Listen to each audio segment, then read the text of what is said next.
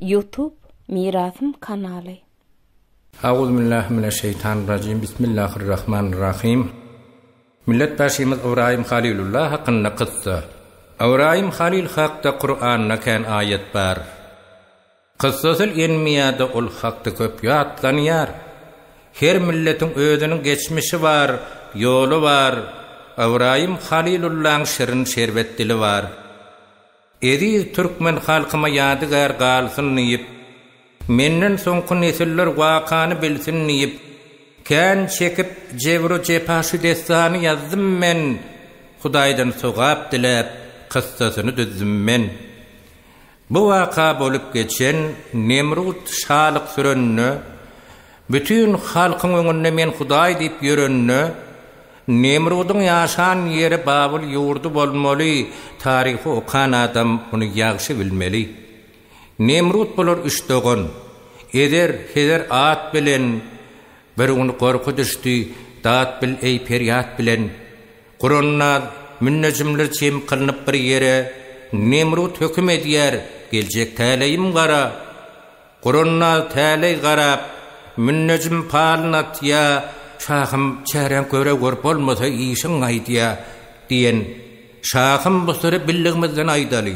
Boljak geljek belany bir beýan edeli diýip şeýle kıssany bagyşlapdyr şanyna.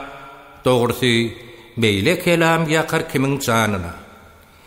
Belen şahım öz sorýany ýylynda bir oglan bu dünýä iňse gerekdir.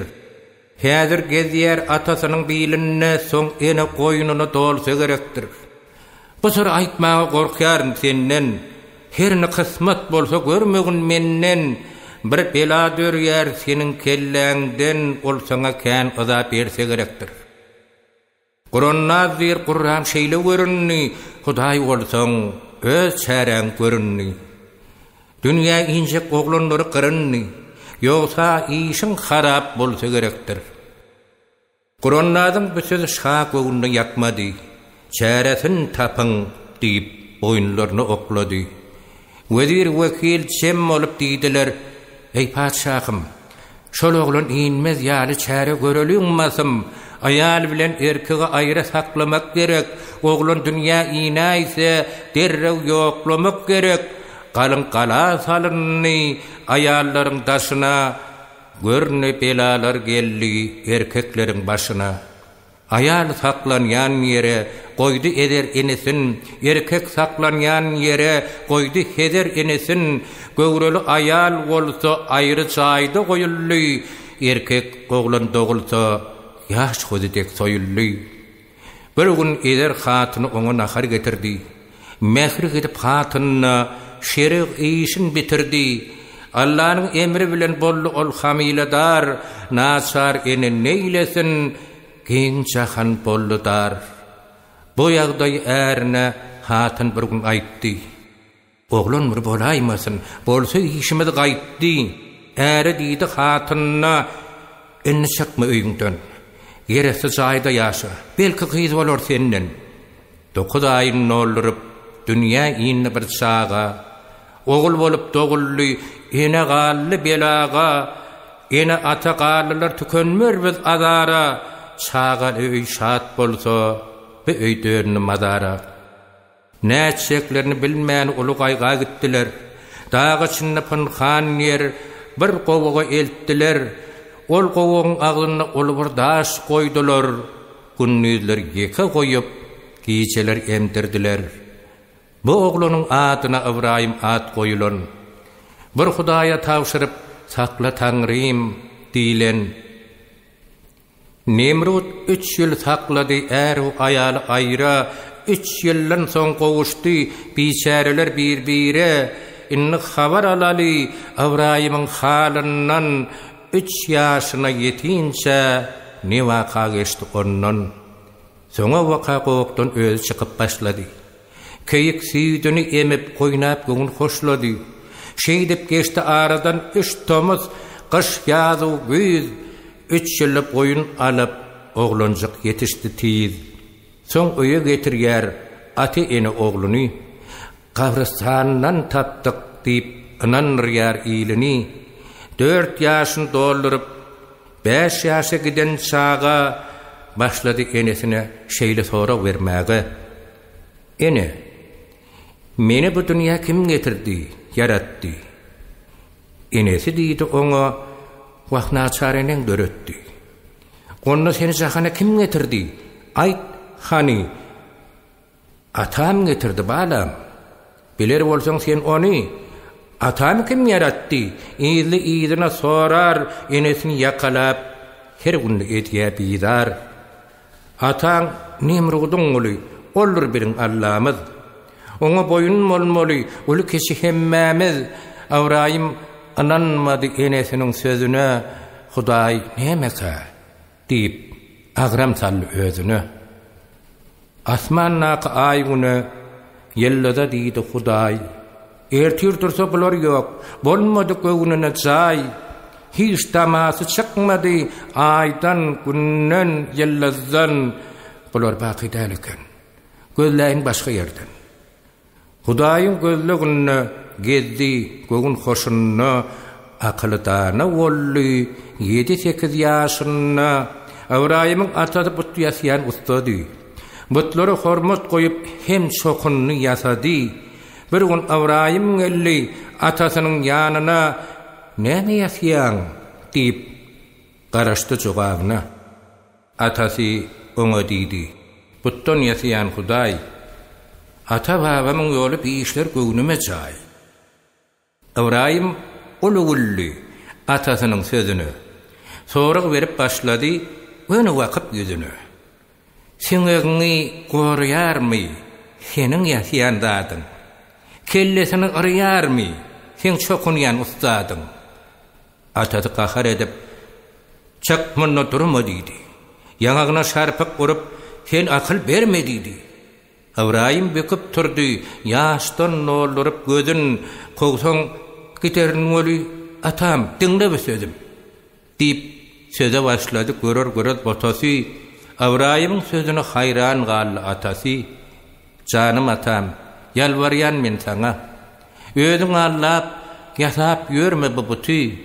Yaş görmedi ananaygın, sen bana azat çekip yasap yörme bu butu. Muňa can vermäge yetmez kudratyň. Bir ursum kül bolur, yasayan zadyň. Mundan hey biterme birje hajatyň, sonuň üçin atam, yasama buty. Oda yaksaň yanar, suwda gark bolur. Özün gorap bilmez, saňa dert bolur. Seni şeytan oynar, şaatlanar, güler, sonuň üçin atam, yasama buty." Şeýle diýip Avrayym sözüni tamamlap gitdi. Oğlunlukdan saylanny ýaşy 11'e yetti. Buty görse Avrayym gahar edýär destine. Golaýyna baran wagty tüýkürerdi üstüne. Avrayymyň atasy bir gün onu çağırdy.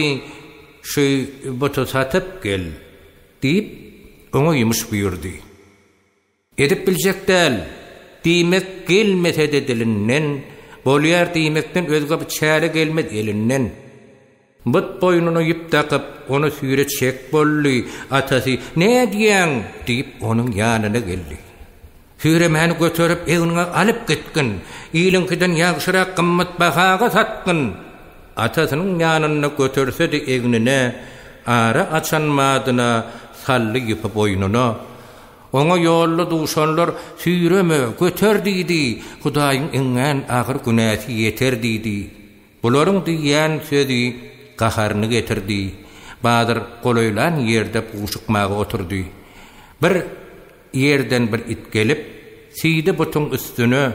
Muny görüp Avrayymyň gahry geldi destine. Gelip butyň ýanyna ony tepip başlady. Itin siýen ýerine bir gysym taşlady. "Özüňi gorap bilmän itini üçin siýdirdiň. Meniň kanym, düşmanım kimdiňi bilirdiň." Şeýdip süýräp getirdi. Öz butuny bazara, zaýalanan butuny haridar ýok alara. Ol gelmän käbi bazar dolan eken butdan. Öňkü gelen butlary synlap çykdy bir çetden. Her bir butun öňünde bir tabak nahar durmuş. Şol gün ol but paradlaň paýram edýän günümüş.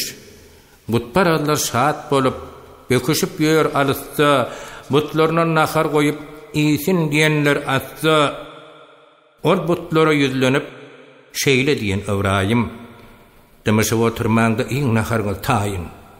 Butlardan hiç çykmandyr. Garaşda da Ibrahim sag eline palta bar, ne iş kılar ilayim. Elinäki paltany salyp olaň çatyndan urup kölögremedi ýa butlaryň bir çetinden. Butparallar bu hala ah vay diýip ýygyrdy, la menat ýetişdi pudaýlaryň şagyrdy, la menatdan peýda ýok. Ibrahim gitdi gaçyp bir putparal goňşasy adyny aýtdy açyk. Nimrod şanyň dogany ol ederiň ogludur. Gawrsandan tapylan satyn alan guludur. Putparallar geldiler kakasynyň öňüne burun bu ýagdaýy aýdyp garaşdylar soňuna. Mutluň bahasyn töläp eder dawasyny sowdy. Gaharyny saklap bilmän taşlap ogluny kowdy. Ibrahim akşam gelip atasyna ýalwardy. Ibrahim sözüne atasam jogap berdi. Canım atam, ýalwarýaryn men saňa. Butlary döwger dip öýden kowmagyn. Ýaş görmede ananaýgyn sen maňa butdan Hudaý bolmaz hiç ananmagyn. Atakes ogly halal etmeseň, sen meniň oglum däl, öýden kowaryn. Ata babaň ýoly bilen gitmeseň, senden ýüze gurup öýden kowaryn. Ýoluň togry bolsa sözüm ýok gaňa. Bu ýol şeytanydyr. Atam, ananaý maňa. Bu to däl anan Hudaýy diňe perdendiňi ýaman ýola salmagyn. Eger balam meniň pendim tutmasaň, hili ýürýän ýoldan togry gitmeseň, bu to Hudaý diýip togap etmeseň sözüm bardyr, sen öýden kowaryn. Ananyň janatam. Hudaý bakydyr. Hiç zatdan yasalmaz, ol bir täkidir. Sizi allap ýören Nemrut täkidir. Ananyp Nemrudy öýden kowmagyn. Hudaýyň birdiň sen nirden bilýän? Görmeýän zadyňa nädip inanýan? Kim saňa inanar? Balam, ýaş bolýan, ýyly örswätdiň, öýden kowaryn. Hudaýyň birdiň men anyk bilýän. Kudratlaryny görüp atam şoňa inanýan. Şol ýalňyz Hudaýa aşyk men girýän, şonuň üçin bu to secde etmerin. Nemrut seni öldür, oňa uymasaň. Oňa Hudaý diýip boyun burmasaň, meniň bilen buthanaga barmasaň, gitgin oglum, sen öýden kowaryn. Hakyň marjan atam, öýden kowmaga. Dilim barmaz, Nemrut Hudaý diýmäge, yürek söýmez, butu hem şokunmaga Ibrahim hiç farmat kowsan kow. Ataň alýar balam tükönmez derde, niçik tagat tapam sensiz bu ýerde. Eger mesken tutsaň sährada, çölle, seniň üçin balam menem ýanaryn. Sözün tamam edenden soň çykdy Ibrahim öýden, belki dolanmaz ýydy. Ençe ýyllan ýa aýdan naçar ene Ibrahim giden ýolun ýylady, gitme can malam diýip ýaka ýertip bolady. Gözlerinden ýaş döküp ýalwarýar balasyna, gelin kulak goýalyň ene ogul nalasyna. Ediz balam, nuru diýdem Ibrahim, meniň pendim algyn öýden gitmegin. Sensiz bu dünýede bolmaz kararym eneňe agladyp taşlap gitmegin. Käbä menem, indi maňa durma ýok. Şoň üçin bir ýerden gitmeli boldum. Takdirimdir. Höýüriňiz görme ýok. Aglamasan käbäm. Gitmeli boldum. Dağı çynne gillap köp gördüm görgüy. Inni ber salma aýralyk jebri. Bilimin kuvvati yüreğimin sabri meni yalnız koyup balam gitmegin. Käbä menem beýden içip durmaly. Eger dursam bu to boyun murmaly. Atam bilen buthanaga barmaly, barmasam öýden gitmeli boldum. Bu düşen derdiňe gözläýin çäre Nemrut şifa eder barsak şol ýere. Sen gitsen bolar, ýyla maskara. eneni ağladıp balam gitmegin Ibrahim etime beyle sözüňi. Nemrut kafir, oňa tutma ýüzüňi, kanly ýaşa doldurmada gözüňi, jan enem arda bol, gitmeli boldum. Şeýle diýgeç Ibrahim enesini bastı bagyra, başa alaç galmady, enesi gara bagyra, alaç tapman ahyry berdiler oňa jogap, diri aýralyk ýaman biçare galdy aglap. Ibrahim çıkıp gitti çopan çoluk yanına, ataşlı odu salli garip inen canına. Çöllü sehrada gezdi, Hudaya aşık bolup, bir gün şehre geldi, eline palta alıp, şehrin ortasında ulu butkana vardı. Kapısını dövdü de onun içine girdi. Butkananın içinde her kim öz butun yasan, adın yazıp persine manglayına tağma basan, Ibrahim palta bilen barıp kilogram etti, bir ulu butu koyup, özü de kaçıp gitti. Butparalar gelenine butluğun barsı vesveyran. Bunu kim etti? Deyip hemmeler qallı hayran. Şeytan adam sıfatı geldi bulun yanına, hemmeler kulak salli, ne tanış mihmanına. Ezer oğlu Ibrahim bir işleri şol etti. Ulu butun başına paltasını koyup gitti. Hemmeler nakıl billi munun aydan sözünü, tiz tapmalı edilli, derrev izlap izini. Onu tapıp getirdiler butkananın içine, hemmes hayvat atıp geçtiler umtaşına. Sen ettin mi bir işi? Hey peyli adın kezzap, geden mursun boyun al, sana berers azap. Bir işi kim edenli sizin butunuz aydar. Şondan soran siz bunu, ol derrew beýan eder. Ýeke galan butunu butparalar çokunup, sorudular, aýt diýip, wah-wahlaşyp ökünüp, butun seda çykmady. Adamlar garaşdylar, ayday, ayday diýişip ýalwaryp soraşdylar. Butun jogap bolman soň Ibrahim ara düşdi. Diýdi, "Giýse özara butlar gaty uruşdy." Ulu but sevaş edip hemme botu öldürdü. Butkanada tek kalıp güýçlügini bildirdi. Butparalar alçırap näçeklerini bilenok, Ibrahim minnälliyip asyl boyun alanok, ahir bular jem bolup gelli şeýle karara Ibrahimy da alıp Nemrut sary barara. Bolup geçen ýagdaýy şahy beýan etdiler. Ogolum but bazarda but degenni aýtdylar. Nemrud'un gahry gelip bir yaman söz sözledi. Ibrahim ondan korkman jogabyny jaýlady. Hayvat bilen Nemrud oglany gadap qyldy, şo wagtda oglanyň ýetip jogabyny aldy. Korkmadyňmy meniň çevir jepamdan? Neşon butlarymyzy döwdüň Ibrahim? Butlar haky üçin aralyp senden läşiňi ýanýaryn. Bilgin Ibrahim. Korkarın Allah'dan, korkmarın senden.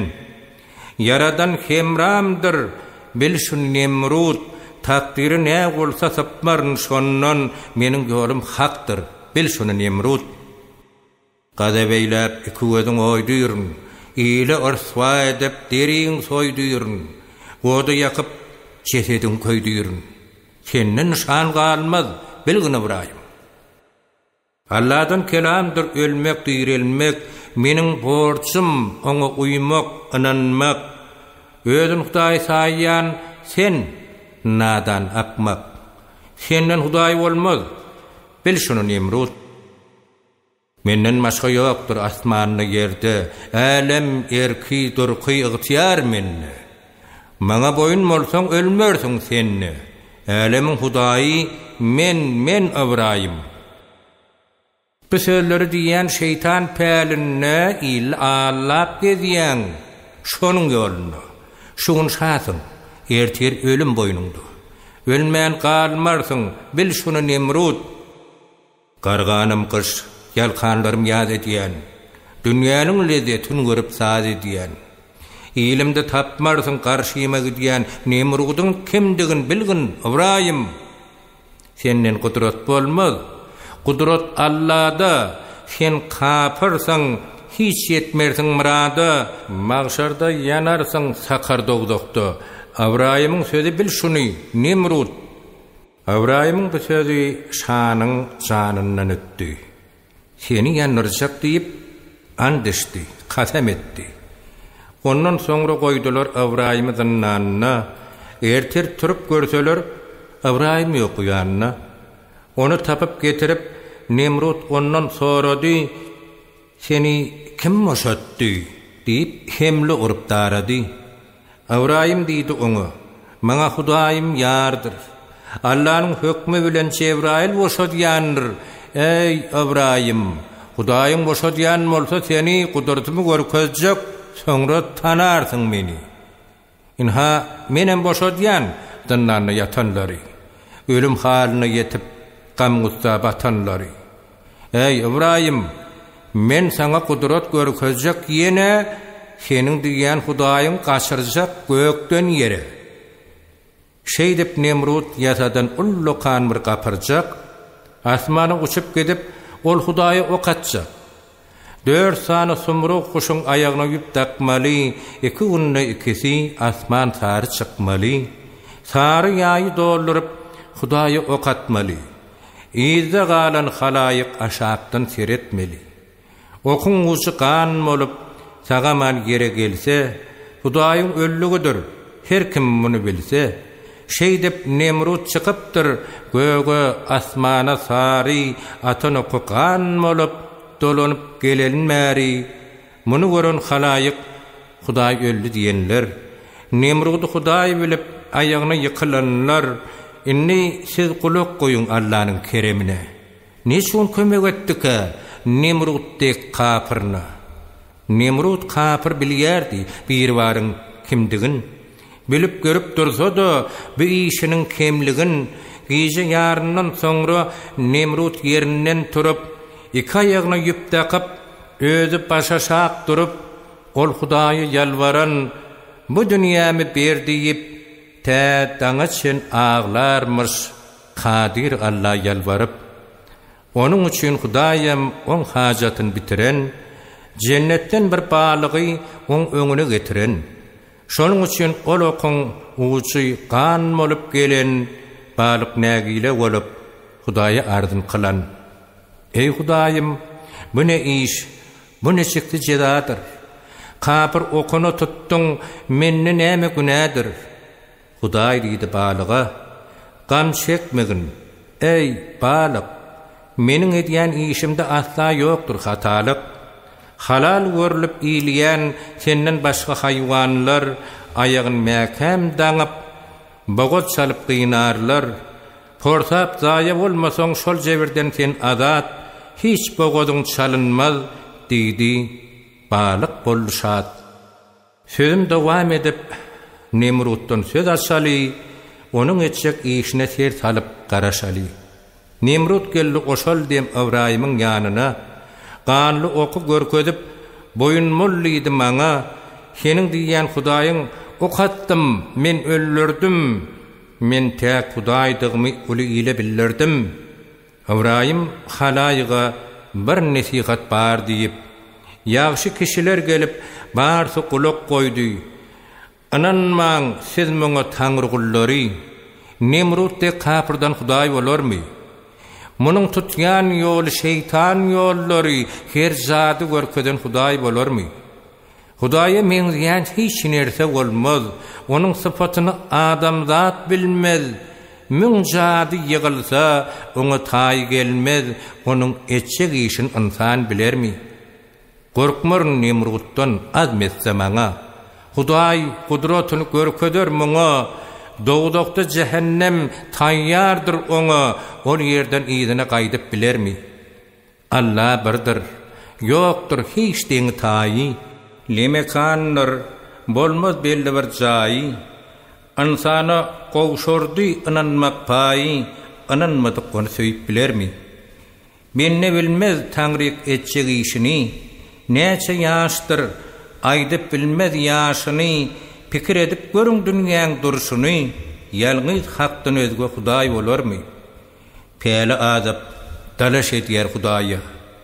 Bir iş soň Nemrudy köp goýar waýa, magşara baran soň cehennem taýy Awraýym diýir, ondan gaýdyp bilermi?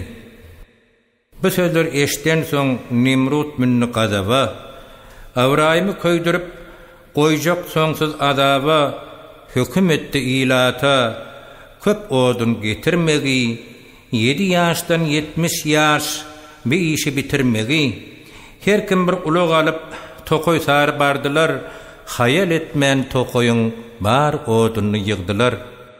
Her kim ýygan odunun ulugyny ýüklänne, Allah kudret görkezdi, hayran gally herwenne, düýe, eşek, at, öküz, yükleden üstüne, zor bilen yükleseňem, zyňa ýarlar destine. Odunlary çekmäge gatyr kömek edenmiş, gatyrlary betdoga Awraýymdan yetenmiş. Onuň üçin gatyrdan önelgi az bolmaly, bir gatyr dünýä inse, başga bir ölmeli. Odun taýýar bolan soň jar çekildi şähere. Odo ýanmaly diýip ýaş Awraýym biçare, uly kiçi ýygnally şol gün köşküň öňüne bir iş niçik bolarka kulak goýun soňuna.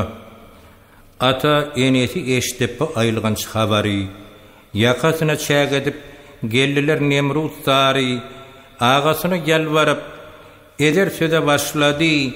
Awraýymyň enesem kara gözüni ýaşlady. Janagam, sen meniň ýalňyz hostarym, ýalwarýaryn, ýalňyz balam ýannyrma, şundan gaýry ýokdur nesil zürýadym, bar umydym Awraýymy köýdürme. Hudaýymyz öz benläňe rahmet, agyr gününe dadymyza özüň ýet, öldürme balamy, günäsini öt, kow ýurdundan gadap edip ýandyrma. Miraslarym, kuwatydyr bilimiň, biz görmäli ýalňyz balan ölümün, zannany sallar etme beýle zulümüň, naçar eniň gözüni ýaşy doldurma. Töledim döwlen butlaň bahasyn, geç günäsin ýaş balanyň hakasyn, ýa-da öllür Awraýymyň atasyn ýalwarýaryn, agam muny ýannyrma. Dogonunyň bu nalasyn Nemrut zalim dinlänok, şöhrada kowalaşyp insinem silanok. 10 gün ýygnalan odun depo bolly, dağ bolly, goly bagly Awraýym goloya getirildi. Nemrut muny mesata, ýani wezir wekilli, tomaşy etmek üçin barha goloya geldi. Tekebbir Nemrut zalim ýüzün asmana tutup, Awraýym özün görüp, ağlap ýalwarar öýdüp, halaýyk hayran galýar Awraýymyň bolşuna. Nemruda ýalwarmany, gaýta mys gülgüne, ýüzünde gamgysy ýok, Hudaýyna sygynýar, ýaxşy kişiler boljak bu ahwaly gylýar. Ata enesin görüp, ol gazala başlady, bu gazaly eşdip köpler gözüni ýaşlady. Garagaýyp matam maglap, ağlama enem ağlama. Ýaka ýyrtyp bagryň dağlap nalama, enem nalama. Gahar edip öýden kogon, soňra görse ýüzün sogon, yürekde kalmasın dugun gıyılma, atam gıyılma. Ölsem bu yoldan dänmerin, her namarda yalvarmarın, Nemruda boyun burmarın, yalvarma enem, yalvarma. Tenim canımda amanat, şükür bu demler ganimat, çıkmadık canına bar umid, dost yar, ağlama, ağlama. Barşadattan Allah uli, hemmemiz Tanrı'nın uli, Awraýymyň hakdyr ýoly, ağlama ilim, ağlama. Bu gadal aydan soň Awraýym bolly taýýar, gazaply buyruk berýär, ortada Nemrut haýýar, hyzmatkarlar ýakdylar şar tarapdan oduny, ot qaygırıp goýmaýar ýakynyň ýadyny. Odun gowy toşup, goloyna eltenok, hyzmatkarlar aljyrap näderini bilenok, şeytan adam sypatly gelip bolan ýanyna iki agaş dikdidi. Ol odun goloyna. Ondan sallançak edip, Awraýymy münnürüň. Ügrep bat berip soň ýüpüni sinnirin. Şonu Awraýym düşer ýan odun üstüne ýaýdan jyrap durmaňda bola görüň destine. Iki odyň agaçy derrew häzir eltdiler. Ýüp takyp ortasyna Awraýymy eltdiler. Awraýymyň daşyny gurşabally perişde, näme bolsa da haýyr bola görsün kerişde. Ýüplere el ýetenok, olar başagay bolýar, bir işte de olara şeytan kömegi gelýär. Bu ýere iki dogan derrew häzir gelsinler, iki süýtdeş bolsun, zina işin kılsınlar. Şonu ýepi saklayan perişteler gaçarlar, goloýuňda gelmäni sizden ara açarlar. Bu ýaman zina işi lobile lyqallar, perişteler gaçan soň ýüp aşağı sallandylar. Awraýym münnürli sallanşagyň üstüne Bismillah diýip Awraýym ardyna aýdýar dostuna. Ey gudratly Hudaýym, senden mededitlerim. Özüňe tarap barýan, sytkyn saňa baglaryn, senden gaýry penam ýok, senden hajat dilärin, müňmir adyňy ýatlap hamdu sena sözlärin, adam safi hormaty senden umid etlärin.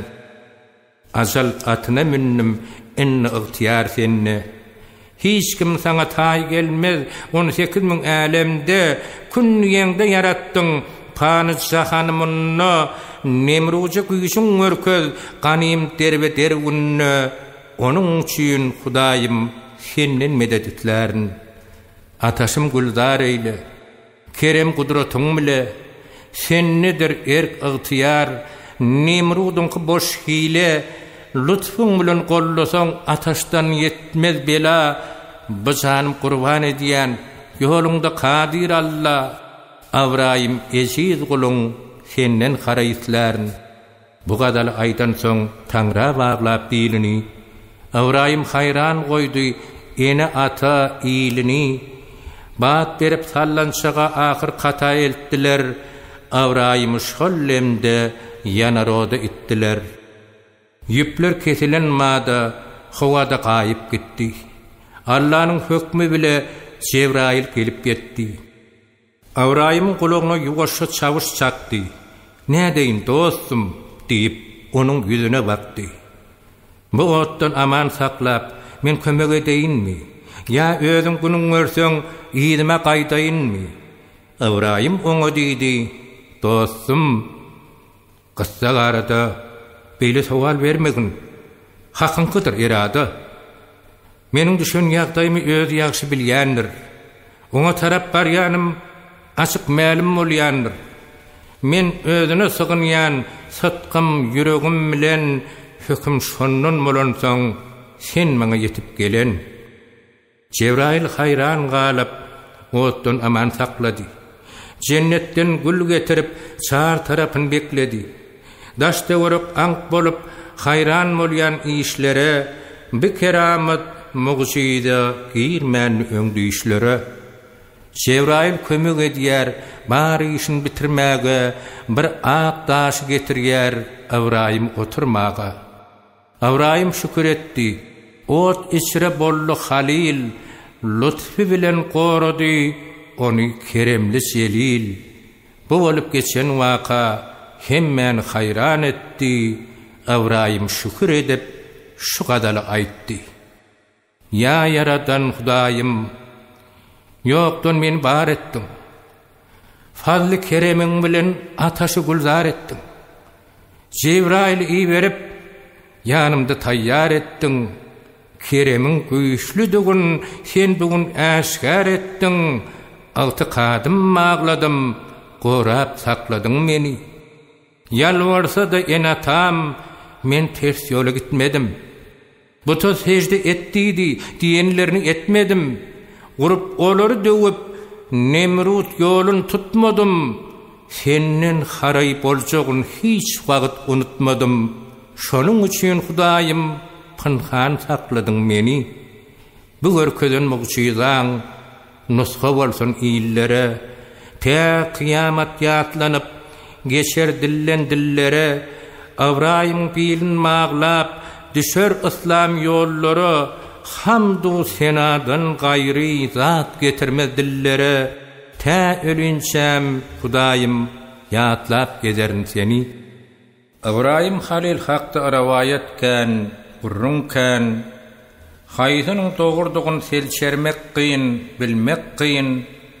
Awraýym taşlananyna ýana rodyň içine yer astyndan suw çykyp gora bolundasyna. Rawayatlar içinde ýene şeýle gurrun bar.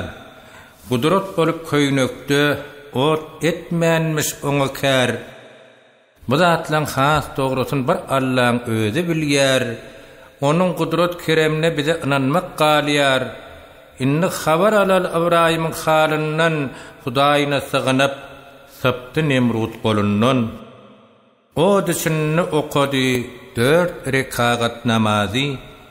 Şondan bize galypdyr öýläniň 4 pardy. Nemrudun yakan odi 3 gece günnüz yanan od peselen mahali bibi sara gıyıran. Ey Awraýym yanına min şikti barayın, senin düşen yağdayın gözüm bilen göreyün. Awraýym diyen oňa, owwal çağır Allah'ni, la ilaha illallah, Awraýym Halilullah'ni. Şonno sen ot yakmaz, sowuljakdyr ýoluňdan, agtykadyň çyn bolsun, hakykat ýüregiňden. Bibi sara gelenne Awraýym secde kılan, görüp onuň halyny bibi sara şat bolun.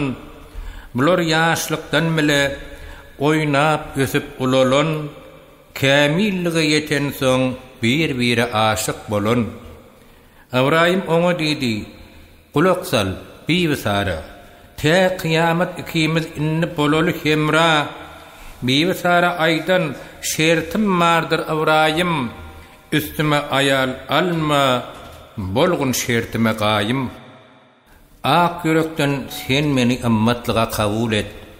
Peygamber neslil önsün, onum hakdan dileget. Bibi sara şey diýip gadal bilen yüzlenen, bolýar diýip şertine Awraýym jogap beren. Meniň ilkinji şertim üstüme ayal alma. Sen näki nuru gördüm, şol nuru başga berme. Ähtimde bolmaz yalan, senin gownuň ýykmaryn, Allahyň ady bilen aýdanyňdan çykmaryn. Nazar salgyn jahana, soň etmegin bahana, gazap başga jenana üstüme ayal alma. Sapaly ömrüm sürüp, akbaly bile gurup, bir sözümde bek durup, üstüne ayal alman. Bibi sara bir zenan, golumda baýlygym ken, lebidinde bol çyn merdan, diýgin seni allaman. Bakman başga zenana, ananaýgyn sen jana, Awraýym diýer saňa özgäge nazar salman. Bular dursun bu ýerde Nemrutdan söz açaly. Ne wakalar bolupdyr, onu görüp geçeli. Allahyň emri bilen kän mugyza bolupdyr. Perişteler asmandan çiýbun bolup gelipdir. Şol çiýbunlar giripdir her bir atyň burnuny, mesatlar çydaman urýar özün ýalyna. Nemrut goşuny bilen şol dem bolýar derbeder. Apy topan, ahy kaçmak bilen boluver. Yine bir rawayatda Nemrut ölmän galanmış. Çiýbini kırmak üçin tokmak çiýini alanmış. Tokmakçy bidar bolup bir söz diýen şahyna, Nemrutdan jogap berip şeýle diýen şanyna. Öýüňe ýatmarsyň, menem goýmarsyň. Sözle şahym, neveläge uçuradyň? Doýa tagamy ýip gözüň yummarsyň, Nemrut şahym, nebelaga uçuradyň? Janym alyp barýar munyň agusy. Jan tokmakçym, bir ursany kelläme, şirin janymdadyr munyň dawasy. Jan tokmakçym, sen ursany kelläme. Ananmadyň Awraýymyň sözüne. Hudaý göz görkezdi seniň gözüňe. Ünni nädip bakjak ýylyň ýüzüne, men nidiň, nebelaga uçuradyň? Hudaý boljak bolup ketdimden açdym. Tekebirlik edip ters ýola düşdüm. Pälim adyp bebelaga sataşdym. Mundan typmak ýokdur, urgun kelläme. Gahar bilen bir oroýun kelläňe. Şonny sen yetersiň yetjek pelläňe. Tiz bararsyň dalaşeden Allaňa mes bolup şu agyr güne uçuradyň. Armanym galmady, dünýäni sürdüm. Hudaýdyryny ýep kän azar berdim. Inhada ahyry pälimden gördüm. Inni sen yetirsen meni pelläme. Tokmakçy gazap bile bir urdy oň başyna. Şol urgudan Nemrud'un jany çapdy daşyna. Öz ýakdygy oduny özü ýanmaly boldy. Awraýym aman galdy. Nemrud ölmeli boldy. Indi gaýdyp baraly, goýup gaýdan ýerimize. Awraýym Halil atly batyr gerçek ärimize. Nemrud'un gyzy bardy bibi Saraň çorasy. Bir-birini söýerdi, gylsygmazdy arasy. Olun çogap allydy gelli bulan ýanyna. Kelimesin öwürip girdi İslam dinine.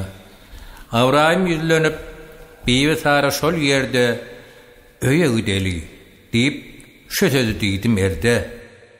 Hak seni saklady oduň içinde. Tur Awraýym, ýör öýmize gideli. Eneň ataň perwadur ýardaşyňda tur sevdigim, ýör öýmize gideli. Kudratyn görkezdi keremli Allah. O düşünne bollun sen Halilullah. Men sadaka berjek ençemiň tulla. Şonuň üçin ýör öýmize gideli. Sen peýgamber bolsaň, men sana ümmet. Mağşar kıyamatda eyle şefaat. Toy tutoli. Biz ikimiz salamat. Ýör sevdigim, tur öýmize gideli. Bular çykdy üç bolup, otdan suwdan salamat. Nemrud'un ol gyýdyna kapyrlar etdi töhmet. Sen bizden sonra many pulun ýanyna bardyň. Öz dinimiz har edip, neçün musulman boldun. Seni öldürjek diýip, urup söýüp başlady. Ullukan bir tüweley alyp asman uçlady. Muny görüp halaýyk hayran galyp durdular. Awraýymyň daşyna ulu halka gurdular. Awraýymyň enesi kujoklap öz balasyn, ýüz gözünden ogşaýar, diňlän onuň nalasyn. Kudret bilen jahana iňi gelliň jan malam. Ulu ataş içinden aman galyň jan malam. Seniň diýen Hudaýyň çyn ekeni jan malam. Şükür edip sen oňa syganardyň jan malam. Şonuň üçin sagaman gally başyň jan malam. Sen ananyň Hudaýy. Biz onany bilmedik. Nemrud'dan gorkymyza Hudaý diýdik ananyk. Biz oňa secde edip zerre peýda görmedik. Sen o düşünne galyň. Bizler daşyny ýannyk. Oda yanan eneň men perwadurdum jan malam. Saşym ýaýyp gan aglap alaş tapman daşyňda. Toyuň ýasy deňdi diýip aýny juwan ýaşyňda. Beýle bela beterler bar eken sen başyňda. Perwerdigar Hudaýyň gorap duran daşyňda. Garyp eneň hayrandyr bi işlere jan malam. Soň atasy kujoklap diýdi: "Günäm geçogul, seniň ýoluň hak eken, mehribanym goçogul." Hem biler üýşip gelip Awraýymy gutlady, butlardan ýüz öwürip Nemrudy näletledi. Awraýyma peýgamber diýip pata berdiler. Allah'ın birdigine şükür kılıp durdular. İslam'ı kabul edip köpler bollu musulman, her kim haqqa sağansa galjak eken sağaman. Awraym bibi Sara toyşayın tuttular, wady edip nikalaşıp muradyna yetdiler. Bibi Sara garaşdy Awraymdaky nuru, garaşsa da bolmady, örtünli ol biçare. 70 ýyllaplardan önmedi ýeke perden Awraýmy jalwaryp Sara okudy ebiýat. Ey Awraym, menden dürýat önmedi. Şonuň üçin inni öýerjek seni. Maksadym, muradym hasyl bolmady, bir murad ötmedi öýerjek seni. Mewesil taragatdyr, önmese zenan. Şonuň üçin men ağlaryn perişan, galsyn niýip senden bir ýalňyz nişan, Allah'ını çağırıp öýerjek seni. Bibi Sara ençeýlap garaşdym. Perdent diýip ýanyp örtünüp beşdim. Ýaşym çakdan ötdi, inni garaşdym. Umydym galman soň öýerjek seni. Bibi Sarany dinläp Awraym gama batdy. Bolýan boljak işleri oýlanyp pikir etdi. Bibi Sara, şükür et, koyma başın gowgaýa. Inniden soň perdent diýip galay mal belaya. Onda da diýdi Sara, razydyrin men senden, meniň etjek bir işim sogat bolaýsyn menden. Gyrnaklarym içinde bardy bir ýagşy dinan, ady Bibi Hajardy, hostary ýok, ýaş juwan. Bibi Sara Hajar Awraýma çatdylar. 5-10 günläp toy tutup kän harajat etdiler. Allah'ın emri bilen Hajar oğlu Hamila Bibi Sara bir işten oýlanyp batdy gama. Gabanjanglyk keseli düşdi Saraň ýüregine, şeytan waswasy bilen kän ses gelýär kulagyna. Her gün saý Hajary ol ýigrenip başlady. Bir gün sygyr sagyarka bogozundan uşlady. Cebrail häzir bolup degmediydi Hajara, ýigren ýanyň çyn bolsa gözlügün başga çäre. Öldürmäge Hajary öz ýanyndan şert etdi, başga çäre tapmany ahir şu pikire gitdi.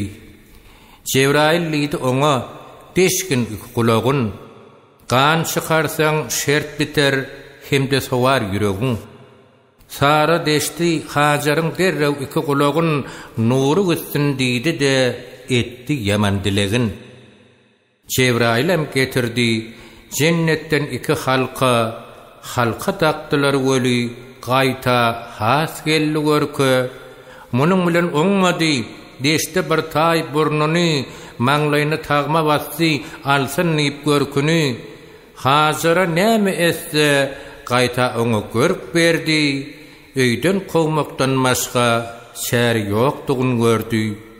Şondan soň kulak deşmek gyýylara bolly wajyp, zenanlaryň görküdür, halka dakta has hajyp. Awraýma ýüzlenip Sara pikirini aýtdy. Hajar ýok etdiýip şeytan paglana gitdi. Awraym Halilullah gözi başy aýlanyny näme diýjegini bilmän pikirlenip oýlandy. Cebrail Hudaýym iýberip oň ýanyna Saraň diýenin et diýip otlar saldy janyna. Sara diýdi Halila bir iş tiz başlagyn, Arap ýurduny ony dağ içinde taşlagyn. Awraym Halilullah iki düýe getirdi. Birisin özü minip Hajar'a da oturtdy. Arabistanyň çölüň sağ salamat geçdiler. Safa Merwe dağynyň ortasyna düşdiler. Hajar hayrany galýar. Ne kalar ka Awraym? Awraym Pynhan ağlap sakla diýär Hudaýym. Elki söze başlaýar Awraym Halilullah. Eşir naçar Hajaram jogap berýär, ýalbarýa. Şeytan waswasalan soň Sara gabanjaň boldy. Seni öýden kowdyp akyl huşuma aldy. deyip söze başladı Ibrahim Halilullah, son niçik bolurka keremli kadir Allah. Ağlap sözledi, aşbu sözü tilinden, bu akbara şäri yok, hiç iş gelmez golundan. Hak'tan ferman molly, çärem yok hazır. Seni şu yerlerde koymalı bollum. Allah'ın hükmüne etmegin qahar, takdire tenmerip koymalı bollum. Can Ibrahim ağlap yalvaryan sana. Amgır, susuz çölle taşlama meni. Ne yazgım vardır, cevretme mana. Özün öllür, emma taşlama meni. Ağlama sen Hacer, hak sana yardır. Hemmenin yanına olmadan bardır. Ahlasın çın bolsa ol penakardır. Tavşırıp ol haka koymalı bollum. Bu yerlerde erizläşim galmasın. Aç artlana yol borsası şam bolmasın. Menin deyşum täley dünya inmesin. Bu dağlar içinne taşlama meni. Yerimde kalmasa bir zürriyat nişan, onun için menin bağrım perişan. Bir işlerin hemmesi Allah'tan nişan, şonun için sen koymalı oldum. İki hatın çatılmasın bir ere, onun yağşı ölüp barmaklık görü, sinamda biter mi hey beyle yara, mağşarda sorular kılmağın bunu. Nemrut odozundy, şonu ölmedim. Otdan meter yakyan günnen dinmadım. Kısmette olmasa seni almazdım, beyle kısalata kalmalı bollum. Bir gövrede iki canlar ölmesin. İl eşidip, sana nälet kalmasın. Men ölsem uğurram, neslin ölmesin. Başına döneyim, taşlama meni. Ajalın yetmerse ölmersin Hacer. Saklacak, koracak kudreti cebbar. Bir mucizadır, munna bir gep bar. Şonun için Hacer taşlayan seni.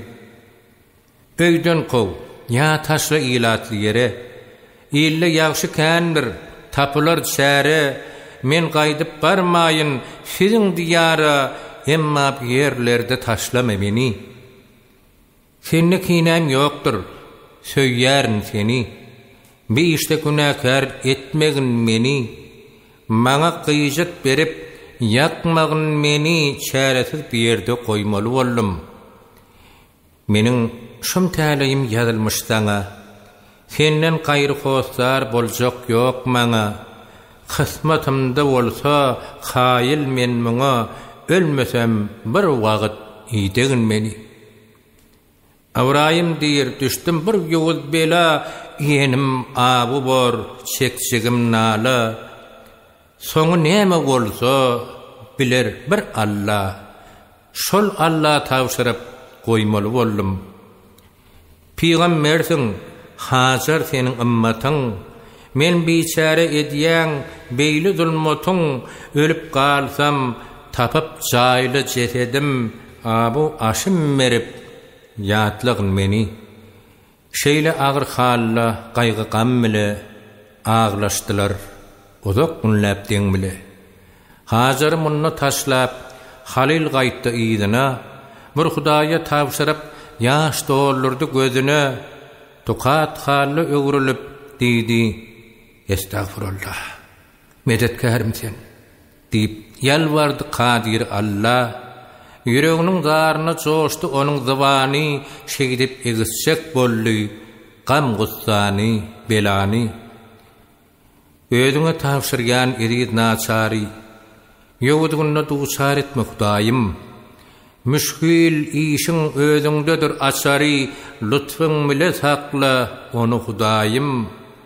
Perdent deyip başıma sallym gowgaýa, bir sevdadan gally başym gowgaýa. Çäre tapman aşbu düşen belaya, özüňe tawşyrgan Kadir Hudaýym. Bibi Sara bu naçar söýmedi, ağlap eňräp öz günüme goýmady. iki ot arada yan diýmedi, Awraýymy helak etdi bu zalim. Sözün tamam kılıp geldi Saraň ýanyna. Sara betkuman bolup sünnet buyurdy ärine. Sünnet etdirmek bize şondan galan adatdyr. Bilip goýuň dinanlar gabançylyk şum zatdyr. Inni gaýdyp geleli Bibi Hajar ýanyna diýirim ýa ölümi ne bolupdyr janyna. Wakadan soň Hajaryň özü ağlaya dünýär, taşlanan gün ertesi Ismail dünýä inýär. Munyň takyk syryny Allaň özü dürs bilýär. Allaň kudratyny bize inanmak galýar. Awraýym Halil onu taşlap gaýdan soň dagda inni içmä suw gerek. Günüň günürtan çagdy. Bibi Hajar biçare çagasyny ýatyryp iki dağ ortasyny suw gözleýär harsurup, Safa dağına varsa merweden owaz çykýar. Hajar alga gelbäri inha munna suwakyar. Arasyna dağlaryň 7 gedek algaýar. Şeytan sözüne gidip suw diýip galgaýar. Halis asygyny açyp ýykylyp huşdan gidýär. Soňra zar aglap Hudaýa naliş edýär. Ejide yaran soň ýetime hostar Kadir Allam senden hajat etlerin. Bu yerlerde senden gaýry kimim bar? Şonuň üçin senden medet etlerin. Suwsuzlukda elip gatdym ýa wolly, ordaga algasam ondan ses geldi. Ýa dünýä inen çagam ýaş gally. Şonuň hormatyna hajat etlerin. İki dağ arada selpedim heryan, mudarım qalmady, gözlerim giryan, ýowuz güne düşdüm men bir aljiran, bir damça suw diýip hara islärin. Hajar bir şum täli hosarsyz naçar, ýetimlikden gallym şuňa duçar, lutfyň bilen gollap özüň medet ber, sana arzymaýdyp medet etlerin. Geldi çağan ýanyna, şondan soň zordan turup, elin tutdu ýüzüne ölünün görmäýin diýip, çağa aýagyny nepip, zarin çyrlanna, goşa ulak çykypdyr, akyp ýatyr her ýanyna, şükür edip Hudaýa Hajar diýdi bir sözi, şatlygyndan biçäreň ýaşy dolup gözü. 7 gedek algadym, iki dağ ortasyna, şeytan sözüne gittim, suw bar diýse ol ýerde, seniň suwuň bar eken, özüň islän ýerinde, el kıssadan bu zatlar bar eken akbalymda, içeýin gana saklangyn awzemden. Bir özüňe inannym, taşlap gitdi Awraýym. Gamymegül ey Hajar, saklar diýdi Hudaýym. Satkym bilen ýalwaryp sana bilim maglaýyn. Dağda, deňiz, çöllerde penalyňa uýaýyn. Allahyň keremi sen saklangyn awzemdem. Waswas bilen taşlanan men bir hosarsyz naçar. İki aýaly biri etmäwir Hudaý duçar. Inniki görjek günüm niçik ýagdaýda geçer. Nisip bolsa bu suwdan geljek halaýyk içer. Hajar sana ýalwarýar, saklangyn awzemdem. Bu suwuň ady şondan galypdyr awzemdem. Mekke'nin goloyuna akyp ýatyr şol melhem. Allahyň gudratyndan bolup geçen mucize ýene Allah ýetirýär bir kerweni ejide. Şamdan Medine barýan bir täzir kerwen maşy gördü asmanyna uçýan, gonýan nice suw goşy, suw bolmadyk ýerine guş bolmaly dälleyip, kerweni şoňa sowdy, baryp göreliň diýip. Gelip görse keramat bir naçar ýaş şagaly, halis tapdan düşüpdir, ýok mejal bir hali, kerwen maşy beripdir, oňa azyk owkady, Hajar gurrun meripdir, muňa bolan wakany. Kerwen maşy soraýar, suwdan içmek bolarmy? Sonra yine de soran göçüp gelmek bolarmy? Hazır diýdi olara, "Ma Allahyň beren suwy. Sizler göçüp gelseňiz, maňa da boljak gowy. Köpler göçüp geldiler, soň çykan ýerine hemmeler hayran gally Allahyň gudratyna. Arab halky köpelip, ulu bir oba bolly, soňra şähere dönüp Mekke diýip adally. Beýle Hajar enen hormatlydy uly il. Ismail jan ululup, gün-günden akly kämil, goý bular ýaşa bersin, inni horluk görmesin. Beýle saran gaşyna inni gaýdyp barmasyn. Inni habar kimdendir? Ibrahim peýgamberden, beýle Hajar ýagdaýyn eşidipdir bir ýerden. Bu habar eşidip gowanypdyr, şat bolup, beýle sara aýdypdyr, gidip geleýin diýip, beýle sara göwnemen gaýta daşyn goruýar, her adymda, her demde gitjek ýerini soraýar. Ay ýylyna ay geçip, gün ýylyna gün geçýär, ýaşam bir çene baryp, gün-günden gowny çökýär. Perden düni görmäni gitse pany çakandan, arman bilen gitmeli aýralyk belasyndan. Şonuň üçin Taňryga eýläpdir ol munajat, senem onuň daryna ey dinleýjim kulak at. Müşgülüm azhan etdip, diler senden Ibrahim. Görgän senden muqşyda, bilýär kuluň Ibrahim. Senden gaýry penasy ýokdur kuluň ilahim. Bu panyda kän hicret çekýär kuluň Ibrahim. Ýalňyz palama duçar etdipdiler Ibrahim. Men saňa şükür etdim, kuwwat berdiň bilime. Ahir ýaşda bir perdent düşdi meniň ýüzüme. Pany dünýä baýlygy hiç görnýär gözüme. Beýle sara gawanyp gidýär şeytan sözüne. Buna çara kanagat diler senden Ibrahim. Seherler göz ýaş edip diledim senden hajat. Dilegim kabul bolup beripsiň nurly zürriyat. Emma görüp bilemok bu nişikli kudrat. Barça eziz gullary özüň bergil kanagat hatalykdan günäsin diler senden Ibrahim. Beýle sara gawanyp naçar Hajardan meni waswas keseli bilen her gün kıynaýar jany.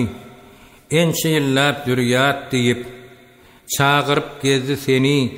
Fazly keremiň bilen namut goýma görmüni. Beýle sara bir zürriyat diler senden Ibrahim. Ibrahim Halilullah dowam orada tutan, öýe mihman gelmese açmazlyk borjun eden. Şol günleriň birinde geldi hormatly mihman, iki tane perişte soraşýar saglyk aman. Ey Ibrahim, biz sana bir hoş habar getirýär. Allahyň buyuran ýumşun gelip sana getirýär.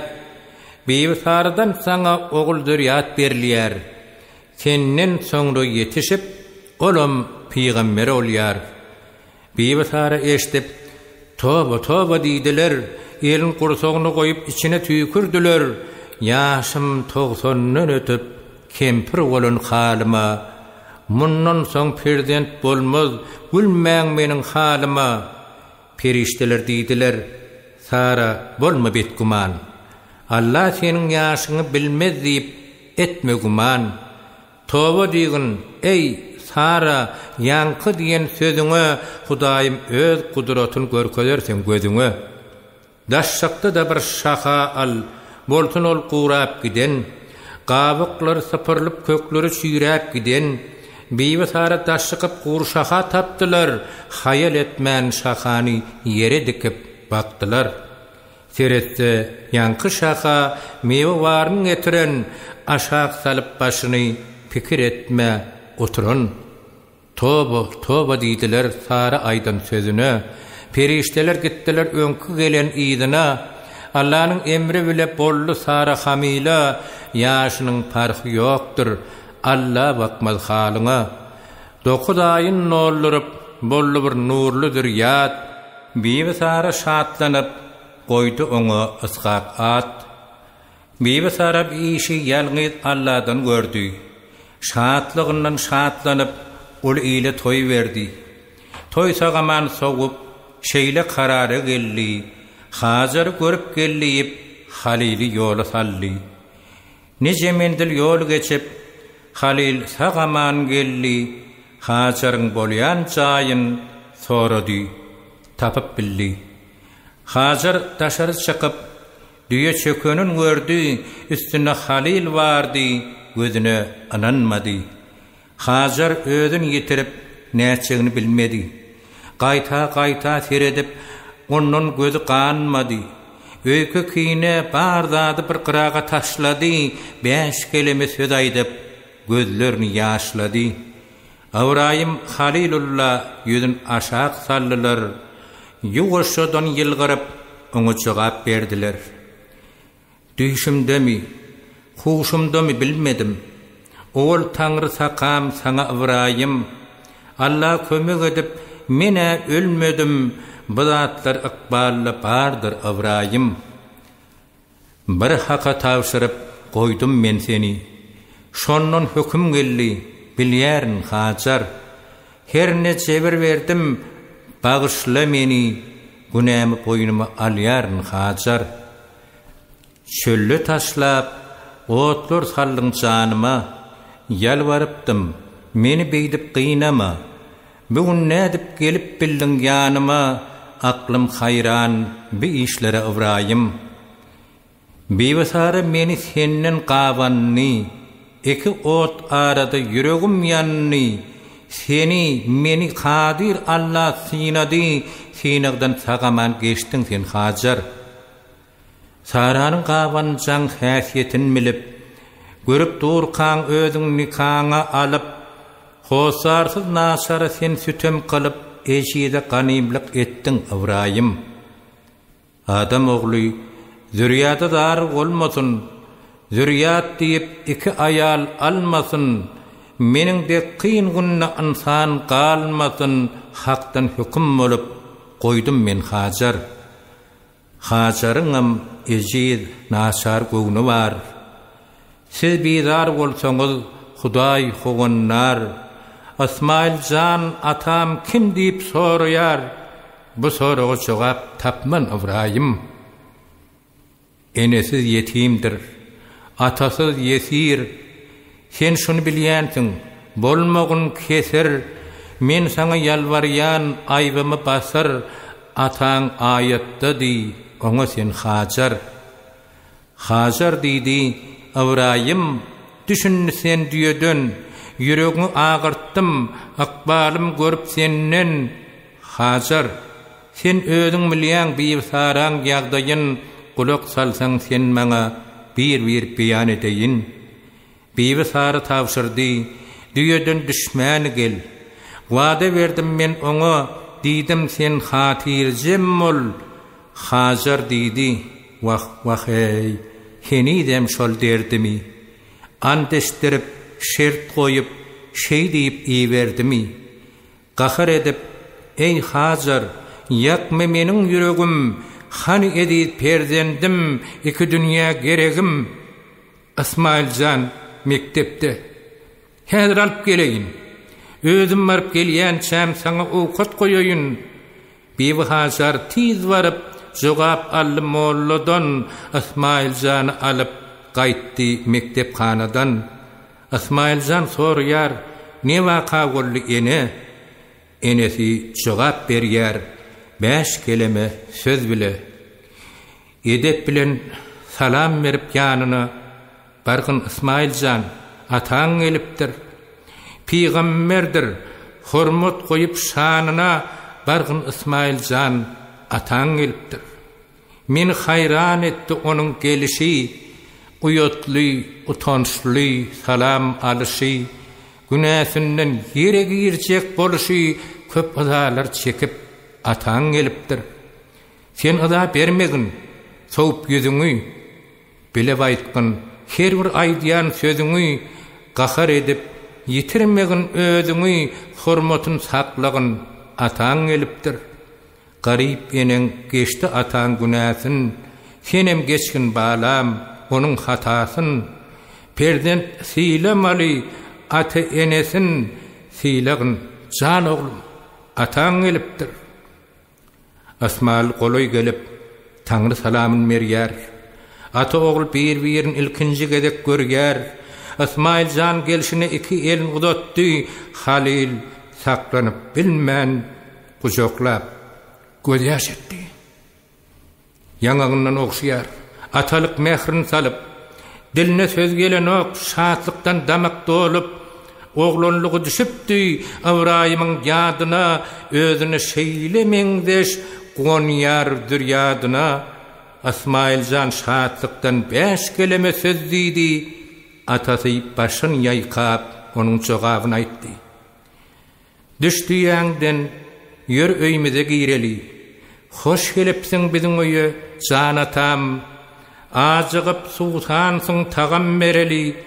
Mihmanyň hormaty şoldur can atam. Sag bol oglum. Men düşmän diýämden. Düşdüm, ähdim şertim bozulýar oglum. İnşallah kömek etse yaradan men göçüp gelerin ýanyňa oglum. Mihman bolsaň erkin bizde bolmaly. 3 günden soň biz habaryň almaly. Näme şertiň bolsa onu soň bilmeli. Mihmanlyk borçyny berjaýet atam. Bir eneň mar ady Bibi Saradyr. Ol gawansaň men gorap gededir. Ataň onuň bilen wada kılandyr, onuň üçin düşüp bilmen can malam. Seni agyrtmaga gorkaryn hakdan. Sen sebäpkär, Hudaý bar etdi ýokdan. Azap çekip gelip siňiz arakdan şeýdip düşmän gidäjekmi can atam. Ahir ýaşda ilki gözümiň göreni. Hudaý silap maňa sowgat bereni, bilimiň kuwwaty, gözümiň rewşeni ýanyňa tiz göçüp gelerin malam. Perdentlik borçyny etmesem berjaý, maňa gahar eder keremli Hudaý. Atalyk borçyny inni et berjaý, Ismail ýalbalýar saňa can atam. Sag bol oglum. Inni ýa-da gaýdaýyn. Kadir Allah 100.000 şükür edeyin. Hudaýym halasa bäri gaýdaryn. Ataň Awraýyma kulak sal balam. Sag bollaşyp, hoşlaşyp ugra diýarlar ýydyna. Mewe hazır ýalbaryp ýaşaýlýar gözüne. Sara menden salam aýt. Zürýädi gutly bolsun. Kadir Allah yüregine belki de giýinlik salsın. Yine diýjek sözüm bar. Men bir naçar oglum ýaş. Asmail can, Ishaq can bir boltun, 2 gardaş. Şonuň üçin tiz gelgin. Salma bizi gözüňden. Eger gelmejek bolsaň men maraýyn ýydyňdan. Awraýym Halilullah görünne şat bolly. Ýöne bir ýüregi bulun ýanynda gally. Aýrylyk paragyna nice ýyl dödüp gelli. Şükür etdi Hudaýa, sabr maksadyn ally. Öz-özünden şat bolup bir gadala başlady. Gaýgy gussa baryny bir gyraga taşlady. Şükür alhamdulillah. Goşa dürýadym mardyr. Meňde ýer goşa gunça, ýüzleri almanardyr. Asmail can danadır, yüzünden nur yağadır. Misli cennetin bağı, Hudaý ona yarıdır. Diledim men bir zürriyat, Allah'm merdi 2 zat. Bibi Sara boldy şat, Ishaq dep oglu vardır. Ismail'lir Ishaq'ym, täze açylan bagym. Awraýym, garran çağım. Allah'm senden arzadır. Öýde joşup hiňlenip geldi Saraň ýanyna. Görün eşden zadyny görüberdi çenanyna. Awy zemzem suwunyň çykyşyny görüň merdi. Bibi Hajar salamyn Bibi Sara getirdi. Bir golça suw getirdim. Alay senem içip gör. Sara içen madyna ýürek eren misli gar. geçmişini ýada salyp, bir-sary ökünni, Kadir Allah ýalwaryp, günäsini tokunny. Bolan işe ökünüp, şeýle gazal söýledi, ýagşy niýeti öz ýanyndan oýlady. Kadir Allah'm, asukul men şanyňda, şeytan waswasyna gitmeklik bilen, müşkil iş ýok eken seniň ýanyňda, gudratyň görkezýän gitmeklik bilen, şeytan aklym alyp gawanjaň etdi. Awraýymy görmesem takadym gitdi, meniň eden günäm dağdaşdan ötdi, hazyryň ýüregin daglamak bilen. Yalkagyn can Allah'm, umydym senne. Geç günämi, men günäli şermenne, hazyry aglatdym goýup kıyın günne, ahir öýümden kowmaklyk bilen. Owal ahir senden dilap penany, dogdaga giriftar etmegin meni, hazyra barayyn geç diýip günämi, bir-sary aglap ýalwarmak bilen. Bir-sary sözün tamam kıllyş bolbady. Inni maslahat edýär, Mekke göçmek barady. Inni söze başlalyň ol göçge göçlük hakda bu waka bolup geçdi. Ir zamanna bir çatda. Uzak ýoly gitmekde ýollaryň hatary bar. Her bir geçiljek ýurdyň bir ýowuz adaty bar. Hemme ýükler barlanyp salgyt tölew alynýar, ayal maşgala geçdi, başga tölew salynýar. Padişahı bir zalim, zanany ýagşy görýär. Ayal maşgala geçdi, bir gişezine kılýar. Şol ýerden geçäýmeseň, geçme başga ýol ýokdy. Nälaç bolup geçäýseň, wakaň bolmagy hakdy. Şol ýerden geçmekligiň çäresini görmeli, sarany gizläp gidip bir sannyga salmaly. Oly kişi jem bolup şu karary geldiler, kowmyň ýygnap Ibrahim ýoly rawan boldular. Maly mülki baýlygyn bile alyp gitdiler. Nice mendil ýol geçip zalim ýurdy yetdiler. Ýükler barlanyp başlap agyr sannyga yetdi. Ýasawullar bir işi barıp şahyna aýtdy. Şahy diýdi, "Getirin, derrew duna kılayın. Eger gowça zat bolsa soňra alyp galayyn." Ýasawullar sarany şah köşküne getirdi. Awraýym bile gelip daş ýyşykda oturdy. Arada bir diýwar bar. Otyr Awraýym Halil, jaýyň için görkezýär, oňa Rebbim Celil. Bir-sary uzanny ol zalim şanyň eli, asmaz bolly, şel bolly, geplemän gally dili. Gudratlara ananman, zalim şahile gurýar, şu zenanyň hossaryny tapyp getirin diýär. Halili getirdiler zalim şanyň ýanyna, şu dertten halas etseň, girjek İslam dinine. Awraýym Halilullah geçdi onuň günäsin, ýöne öli zalim şah, gurýar başga hilesin. Ýüreginden bolmanny İslam dinine girjek, bir-sary el gatyp bir dana edip görjek. Ýene gurdy permi, emma ýola barmady. Zalim şany bir işde Taňryň özü gargady. Bulardan sypyp bilse, arza boldy zalim şah, göz görkezli Hudaýam ysmaz bolup galdy şah. Hatarly hem howply kän ýollardan ötdiler. Hudaýa şükür edip Mekke şähre ýetdiler. Hajar goňşy bolman, göwnümede olsara, şonuň üçin düşdiler, barıp başgarak ýere. Şükür edip Hudaýa, Awraýym Halilullah dowam orada tutup diýär, "Alhamdulillah, İslam dinini ýaýýar, insanlar penasyna, işe tagat awadat, hak ady senasyna, Hudaýym Halilna üç nersäni beripdir, nuranylyk, mal, dünýä hemde peýgamberlikdir. Bu dünýä baýlygyna gowanmandyr Awraýym. Malynyň hasamynam ölçemändir Awraýym. Dağda çölle bakılyar sürü mallary, hüşür zekadyn merýän mal bakýan çoponlary, hiç da koşulmandyr işi tagat avadat, onun üçin Hudaýam döwletin eden ziyat. In Hudaý sine ýar ediz görýän dostuny bu hakda arawaýetken biz aýtar kak haýsyny. Bir gün şeytan barýarmyş Allah'ın huzuruna. Näle dokap ýanynyň kowanyň nazaryna Ibrahimy söýüp sen maly dünýä känmerdiň. O dyşyny goradyp Cebrailem iýberdiň. Peýgamberligem merdiň.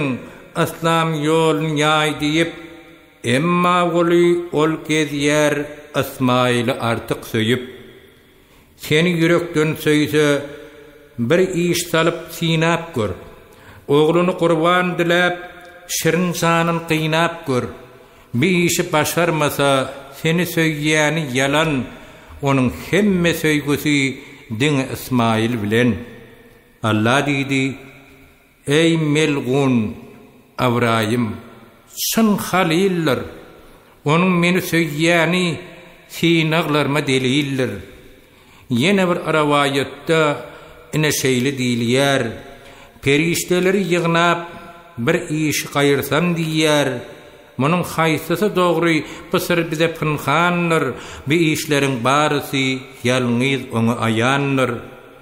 Ertir namazyny okap bolandan soň Ibrahim Qurban aýynyň 10 gelli Cebrail emin bir bela bar başynda qurban etkin Ibrahim. Bir iş höküm edýär, şuň saňa Hudaýym. Ibrahim Halilullah derrew işe başlatdy, goýny kän soýdurup sadaka üleşletdi. 11 gün ir bile ýene geldi Cebrail. Düýünki eden Qur'anyň kabul etmedi Halil. Ikinji gün soýuldy, düýe, öküz, ulmal, yetim yetiri yetmän galan bolmagy ahmal. Üçünji gün gelenne hak emini Cebrail ýaýdanyp gama batdy. Inni Ibrahim Halil. Ey Ibrahim, dünýede ediz görýän zatyny qurban et, hak ýoluny taňry duýmaz zatyny.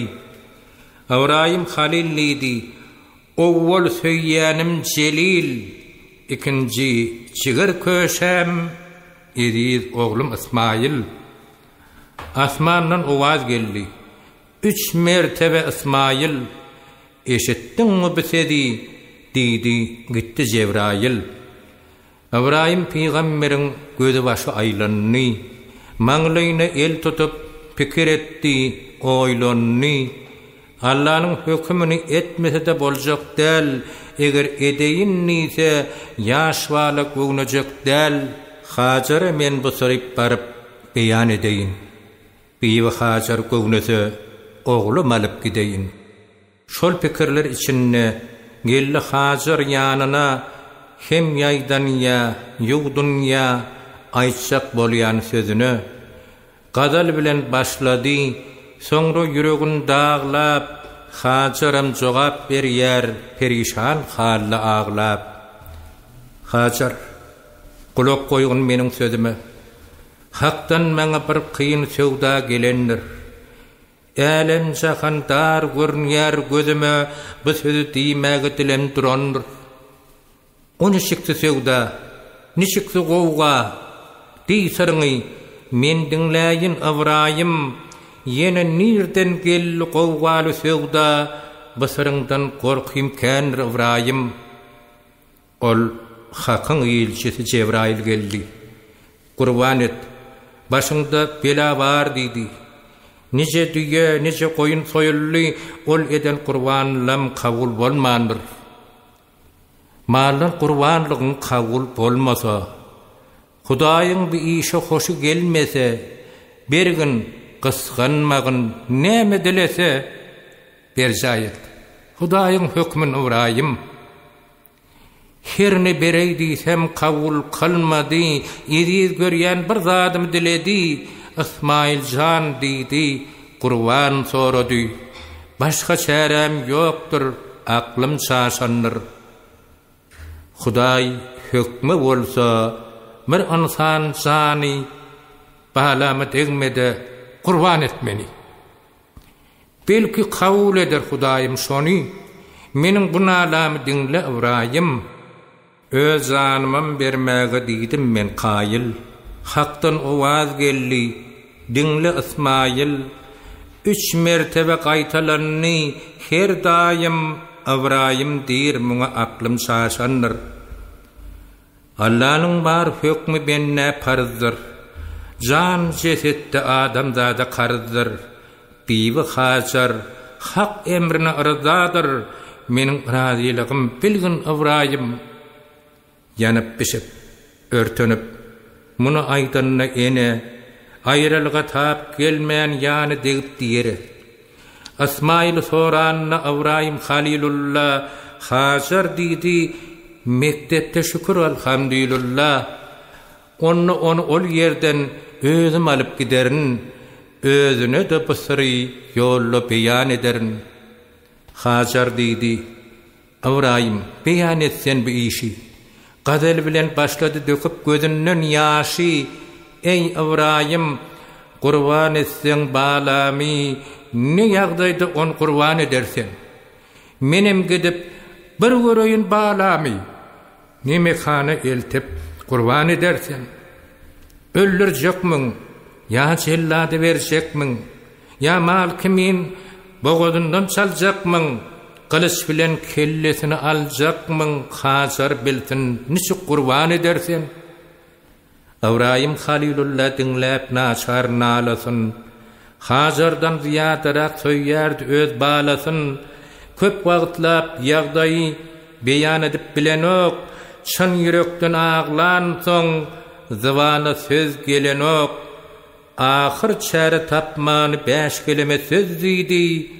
Hajar gitme bu ýerde gaýrat edip gallydy. Hajar dinle meniň etjek işimi. Balamy mektepden alyp giderin. Mena daga eltip eziz balamy özüm elim bilen kurban ederim. Allah'ın hükmüne tapmadım çare, yüreğimde bitmez bir düşük yara, tevekküllük edip ol bir vara, ele yağın bağlap kurban ederim. Menem yan senin yancak oduna, Kadir Allah yetsin senin dadına, sen şonnu gelmegin menin yanıma, İsmail'i sensiz kurban ederim. Hacar bilen hoşlaşıp, Halil mektebe gaýtdy. Näme etjegin bilmän tükenmez gama batdy. Oglum näme diýerkä? Meniň kıljak işime. Digenimi etmese bela geler başyma. Oýlanýar, pikir edýär, kelep uçun ýitirýär. Barsam, barmasam diýip orta ýolda oturýar. Köp ýaşasam käneken bu dünýäniň gowgasy, nice ýyl meni ýakdy, bir saran dawasy. Ýa bir dinan çağım ýene geldi bir bela, beýle agyr ýumuşy buyurdy eriz Allah. Şeýle oý pikirler bilen geldi ahun ýanyna, İsmail soranna agyram saldy janyna. Peygamberiň halalyny ahun sözünden aňdy. Ikisem gepläp bilmän esli wagtlapdymdy. İlki söze başlady. Ibrahim Halilullah İsmail'e jogap ber, gaýrat etdi. Ey molla, Peygamberiň ýagdaýyn ýüzünden aňmak bolýar. Ahun sorap başlaýar. Halilim jogap berýär. Ammat Peygamberi, Hudaýyň dosty, neşun gama batyp melul bolarsen, kimden sütem yetip, kim etdi kasdy, ne sebäpden beýle melul bolarsen, sen sorama, menem sırma aýtmaýyn. Aýsam akyl huşuň şaşar ahunum, neşun gamgyn bolup, gama batmaýyn, kyn iş düşdi biziň başa ahunum. Yüzüňe urupdyr ölüýüniň reňki, öňde yaman iş bolýandyr belki. Beýle tukat bormy, peýgamber halky bir sebäpsiz beýle gama batmarsen. Cebrail perişte ýanyma geldi. Qurban et, başyňda bela bar diýdi. Mallan qurbanlygym kabul bolmady. Hudaý İsmail'i diler ahunum. İsmailjan ýaşdyr. Gıyma sen onu. İsmail'i derek qurban etmeni. Belki kabul ettin. Hudaýym şunu hem hakyň hökmüni berjay kılarken. Müň jan mersen Hudaý kabul kılanok. İsmail'den özge hiç jan alanok. Basarları hakdan özge bilenok. Sağ bol silanyňa eriz ahunum.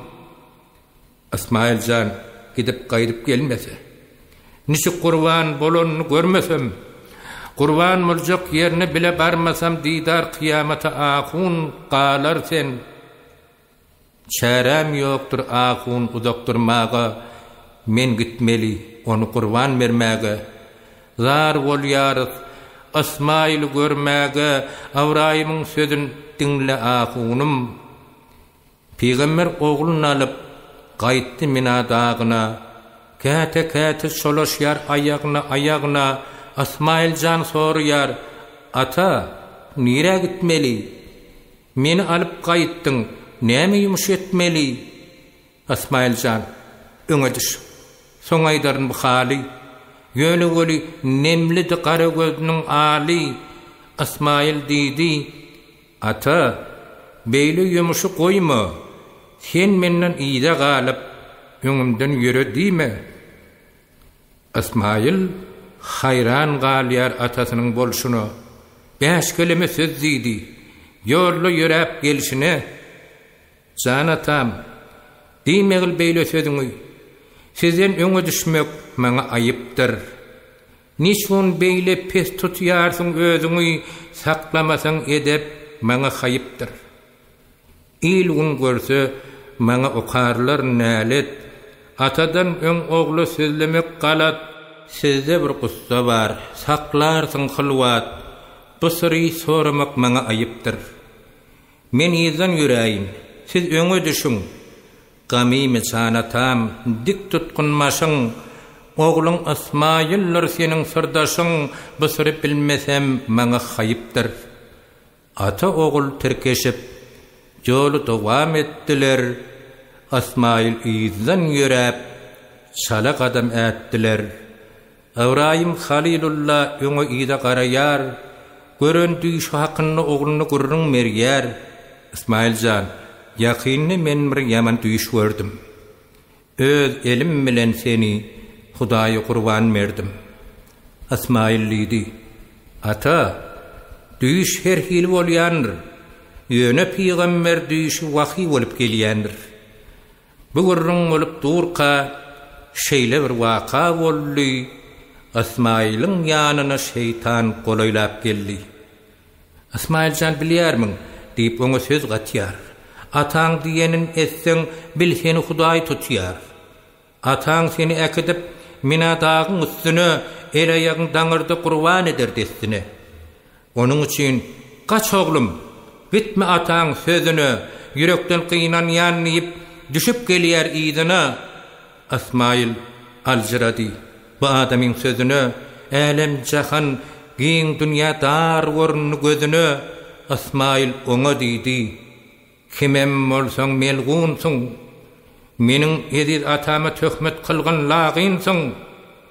Awraýym Halilullah bir ses baryn aňlady, töweregine seredip hiç bir kesi görmedi. İsmail oň kimligin aňyp oňa daş atýar. Ras etdiň şunu diýip Awraýym hem baş atýar. Adamdaryň nesline düşmandyr. Ol näleti, hinem oňa daşdyňyp kop oku näleti. Awraýym Halilullah aýtjak bolup sakynýar. Dogrusu ol bu syry aýtmaga da çekinýär. Eger häzir aýtmasam, barbyr mälim boljak. Göňlünde ne barny biläýsem ýagşy boljak. İn gowusyp bu işi häzir mälim edeýin, Göwnü mesep yerden göni ide gaýdaýyn. Gazal bilen başlaýar, hemme diýjek zadyny Asmail jogap berýär. Duýup ata oduny maňa höküm geldi. Kadir Allah'dan. Asmailja seni kurban diledi. Sana kısmet eken oğul Allah'dan sevgor oğlum seni kurban diledi. Armanım yok atam, hakkı şiin ölsem. Kıynanmasan atam, kurban et meni. Senin hizmetini bitirip bilsem, maksadım şol atam, kurban et meni. Maldan kurbanlığım bolmadı kabul, kurban et deyip seni gelli Cebrail. Sen radi bolsoň men şuňa kaýyl Tanrym seni bugün kurban diledi. Men kurban etmäge bir temsäginme. Radi bolmaz diýip boýnuňy burma, ýörgideli atam, säginip durma. Men radi pederim kurban etmeni. Men çäre tapmadım hakyň emrine. Şükür senem kaýyl Allah'ın hökmüne. Ananıp ýaýdanma şeytan sözüne bugün Tanrym seni kurban diledi. Senin oğlun bir Allah'ın kuludur. Göwnüm sabru kanagatdan doludur. Adam doğun wagty bilse ölüdür. Kıynanmasan atam, kurban etmeni. Ataň Awraýymyň haly perişan, nisik elim marar, hin mürnogjuwan. Öldürmekden maňa ölmegim asan, neýläýin hak seni kurban diledi. Esirleme atam, dik tut başyňy. Allah'ın emrine sıtma gaşyňy. Bugün berjay etkin gören düýşüňi Asmail arazidir, kurban etmeni. Balam, çiger bendim, alazım yoktur. Tanrıň fermanyna kaýyllyk hakdyr. Belki senne, menne ygtyýar yoktur. Bugün dostum seni kurban diledi. Janatam, kaýyl men takdir işine kurban et. Goý dostum gelsin hoşuna. Razi del men gözden akan ýaşyňa, oğlun razi, inni kurban etmeli.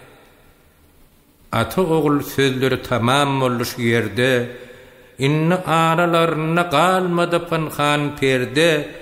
Awraýym Halilullah oğlun kucaklap alli, käkillerini sipalap, Hudaýa şükür kılli. Hemmäniň ýüzi salyk, garaşýar boljak işe, halaýygam gelipdir, ýuwuşdan süýşe, derrew taýýar kılynny, damak çalınjak çukur Asmailjan seredip diýdi. Hudaýa şükür. Atasyny ýüzlenip bir gazala başlady.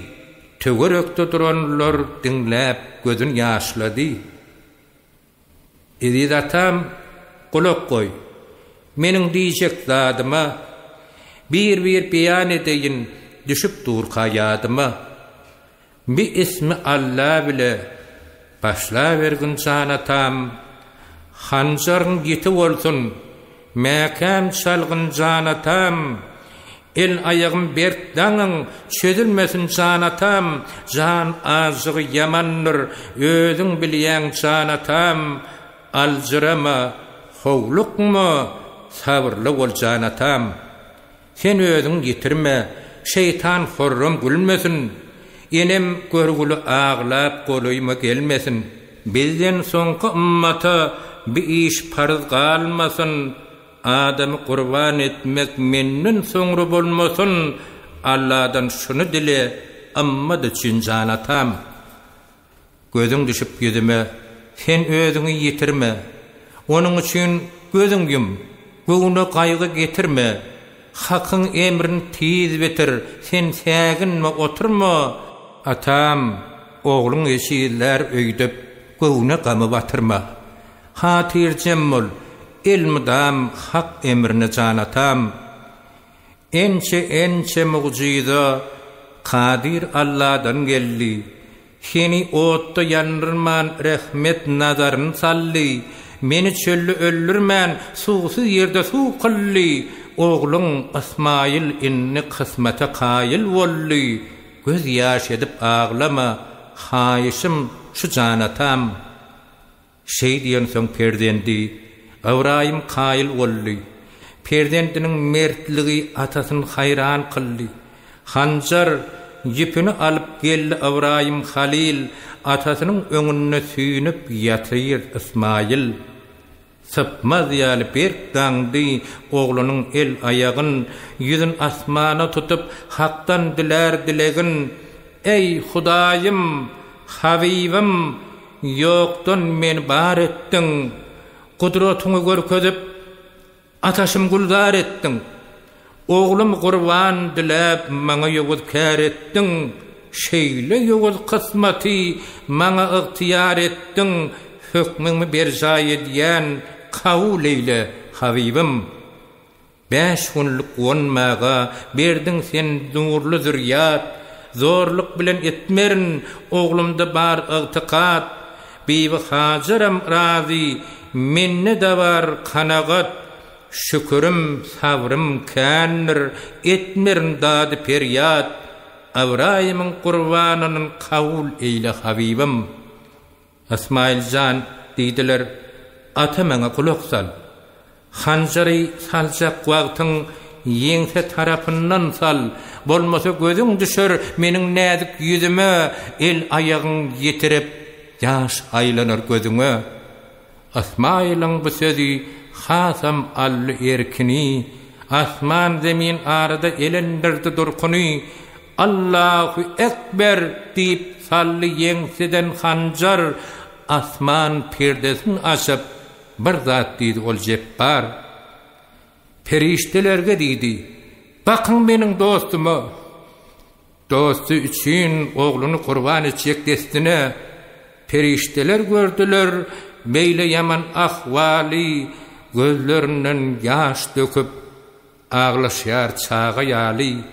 Hudaýa yalvardylar, kuşlar, gurtlar, arwahlar, nagra tartyp bu haly asman zeminem gowlar. Oşol demde Cebrail geldi bolan ýanyna, inni siz kulak goýuň Ismail'in halyna.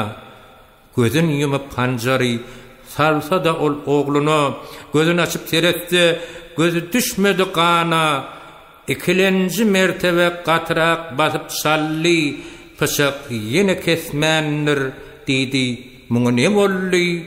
Gahar edip Awraýym pışagy daşa sally, pışak şol dem ol daşy iki bölege bölli. Soň pışaga ýüzlenip diýdi, saňa ne bolly? Gara daşy kesersiň, Ismail'i kesmezsin. Pışak diýdi, ey dostum, Allah'dan hüküm yetti. Ismail'i kesme diýip Habibim emretdi. Pışak kesecek bolanny saklapdy ol Cebrail. Bir gadala başlady, göz ýaş edip Awraýym, ya yaradan bunu çıktı ahvallar. Daşı kesen hanjar teni kesmezmi? Bir işlerden ırsvalığım yamandır, iyiliğime cadiyip basmazmi? Mallan kurbanlığım etmedin kabul, diydin kurban etkün oğlun Ismail. Senin hüküm gelli, biz volluk kayil, men kurban etmesem hükmün bitmezmi? Bugün kurban bolma kayildir valam. Soňlanur mu eýse kussulu namam, huzuruna yetti mi bu çeken nalam, senden maňa bir işaret yetmezmi? Owal beren malum kabul etmedin, gören duýuşum manysyna bitmedim, yine beren malum kabul etmedin, inne Ismail'im kabul etmezmin. Asmandan owaz geldi, kabul ettim gurbanyň. Ismail'i boşatdym. Ol senin janyň, sana sowgat iýberýän cennetten gök goçgory Ismail jany derek kurban etkin sen onu. Dostum, seni sinadım, sinagymda kıynadım, şu görkezen muğjizam geljege ibret diýdim. Ibrahim Halilullah oğlun derrew boşatdy. İsmail bilen bile Hudaýy sena etdi.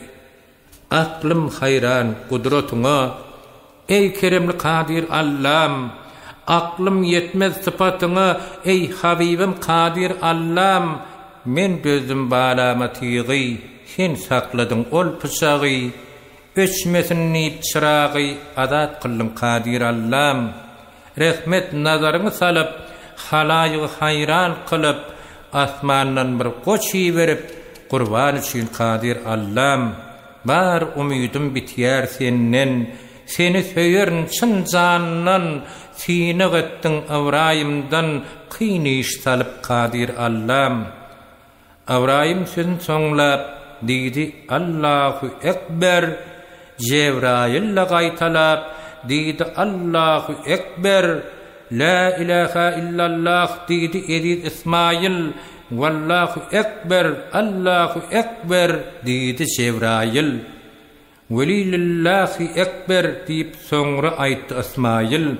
Gurbanlykda bir sözi buýurypdyr Rabbim Celil. Inni habar alalyň gurbanlyk boljak goşdun, 4 ayagy daňylgy damak çalynjak goşdun. Ibrahim hanjar alyp gelli goşuň ýanyna goş diýdi. Ey Ibrahim, bir kulak sal sen maňa. Ey Ibrahim, sen meni satyn alyp geldiňmi? Taýak alyp eliňe ýa bakyp bejerdiňmi? Oğluňa derek gurban bolmaga men kaýyllal. Meniň diýjek zadyma inni puýda kulak sal. Adamnat nesli bilen menem barsam cennete, Allah'dan dilek etseň kaýyl borun hyzmata. Oşal demde Cebrail gelli bulan ýanyna, dilegin kabul boldy, taýýar cennet şanyňa. Goç rady bolan soň gurban etdi Ibrahim, barşa müşkül işleri asan etdi Ibrahim. Olu kişi şatlanyp gopgun asmana gally, İsmail kucaklan ilki ahuny boldy. İsmail'in enesi bu zatlardan bir haber. Enesini gözleýär, diýär, enem nirde var? Ibrahim hanjar alyp damak çalyp Qur'anyna bir ak çekip biçare özünden giden çonna. Ýüzüne suw sepdiler, onsoň özüne geldi. Käbey hoş kä hoşunna oğluny garba baldy. Şatlygyndan tolgunyp bir gadala başlady.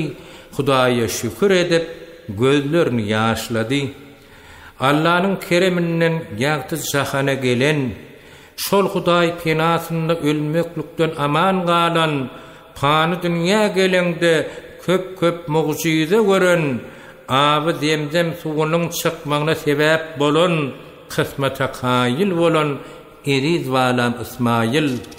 Gurban bolmaly diýse, gaýgy gama batmadyň. Takdire kaýyl boldun, şeytan sözüne gitmediň. Ataň ýüzüne gelip bir küpür söz aýtmadyň. El aýagyň baglyka asla gaşyň çytmadyň. Hakyň emrini bitiren Eriz walam İsmail. Allah'ın rahmet nuru bardyr senin ýüzüňde. Hudaýyň emri bor diýip atamaydan sözünü garip enen kan aglap sergezan rýyzyňda Allah'dan sabır dilep ýaşy dol gözünü sabryndan maksat tapan Eriz walam İsmail. Ibrahim Halilullah halaýygy öýlenýär. Her ýyly Qurban aýy bir işiýatlaň diýär. 3 günki Qurban mayram şondan adat galanlar. Haka ziyaret etmek sonra farz bolanlar. Ibrahimdir İsmail haka şükür kıldılar. Bolan ahvaly oýlap, kä aglap, kä güllüler. İsmail can, ýür oglum, inni öýe gideli. Şükür edip Hudaýa hamdu sena aýdaly.